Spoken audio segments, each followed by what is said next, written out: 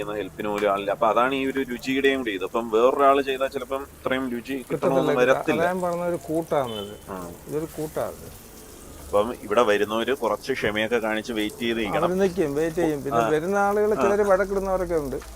ചിലര് ഞാൻ ആദ്യം വന്നെന്നും പറഞ്ഞ് ചിലര് പിന്നെ വേറെ ആളില് വിവരയിലെ കണക്ക് വേറെ ആളിനെ നിർത്തി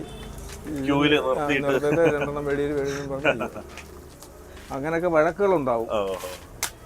അപ്പം ഇതൊരു സാധാരണ കട. അപ്പം ചേട്ടൻ ഒറ്റയ്ക്കാണ് എല്ലാം ചെയ്യുന്നത്. അപ്പം അത് അനുസരിച്ച് എല്ലാവരും ഒന്ന് ക്ഷമയോടെ നിൽക്കണം. വരുന്നവരൊക്കെ ആ ടേസ്റ്റ് എങ്കിലേ കിട്ടത്തുള്ളൂ.